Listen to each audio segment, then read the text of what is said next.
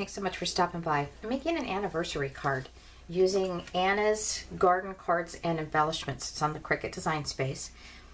These 3 layers they cut out all together for this design. This base layer does not. I've used cream color cardstock, 65-pound weight, and then I used this really pretty green because I wanted to show the green line through, and this maroon color. I'm going to call it maroon. Alright, so first thing I want to do is I want to go ahead and put these 2 layers out together.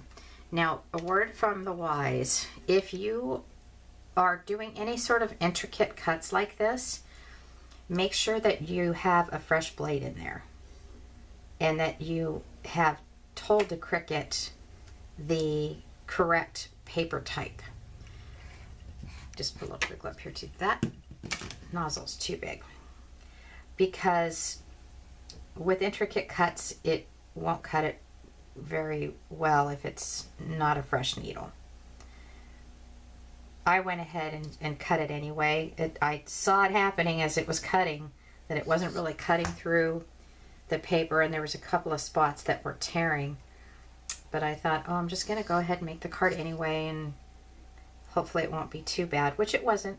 I did have to pick at it a little bit, but it looks like I need to make a trip to Michael's, oh darn, to get some fresh needles because I am out.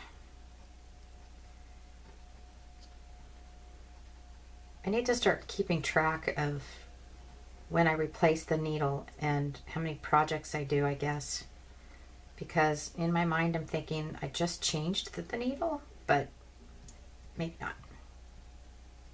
So I'm just trying to get on the edges that are going to lift up, and just doing a little dab, dab, dab here and there.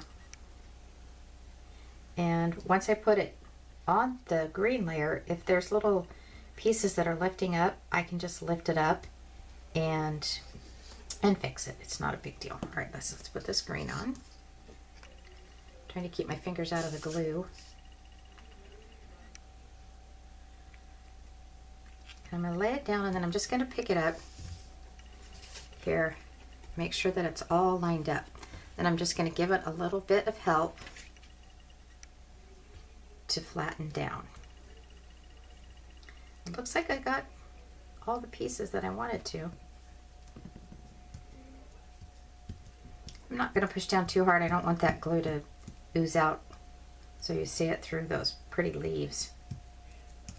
All right, and let's do some stamping. All right, so this stamping technique, I've done this before. I totally forgot that I did this, and I actually just remembered this by mistake. I chose this green color. This is Color Box chalk paint box. It's as old as me. No, I'm just kidding. But I've had it a really long time. So I'm going to start out with this green that's going to start out looking too bright to match up with that green layer. Then I'm going to come in with my Memento, and I'm just going to stamp it once, or push the ink down once. I'm going to ink it once and just go like this. I'm not really sure you can see this on the camera, but I can see it with my eye. There's a little bit of green that you can see through that black. Now you can do the same thing. You can do black and then green over that, or you can do black and pink if you want to use a lighter color. It looks really fun. All right, so let's finish this card. This is quick and easy. She's got some beautiful designs on this set, image set. Or I guess they don't call it image set. I don't know what they call it. I'm still in dilemma about that.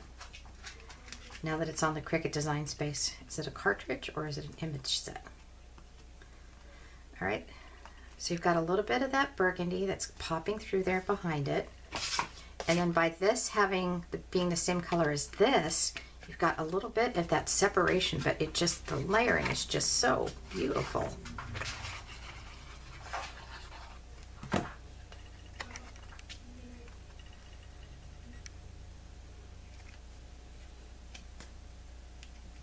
There it is. Now, if you wanted to add, which I have to look at the card for a little bit.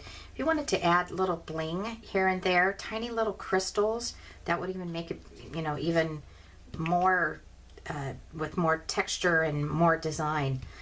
But if you want to keep it basic, it's just as pretty. All right, everybody, thank you so much for joining me, and have a great day.